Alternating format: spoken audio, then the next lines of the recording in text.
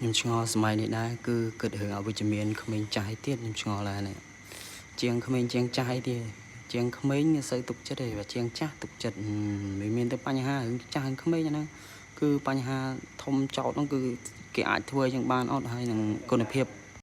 ជាងខ្លះក៏មិនប្រកាសថាគាត់ចាស់គាត់ធ្វើបានអ្វីៗគ្រប់យ៉ាងដែរ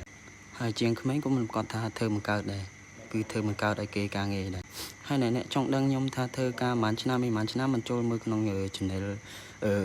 YouTube ខ្ញុំហ្នឹងថាខ្ញុំបង្កើតក្នុងឆ្នាំប៉ុន្មានហើយខ្ញុំធ្វើអីប៉ុន្មានអត់យល់ស្រួលអ្នកថាហ្នឹងស្រួលតាំងចេះមើលពីប្រវត្តិក្នុង Facebook ឬមួយក៏ YouTube ខ្ញុំតាំង2017ខ្ញុំធ្វើកូនជាង2018ខ្ញុំធ្វើជាង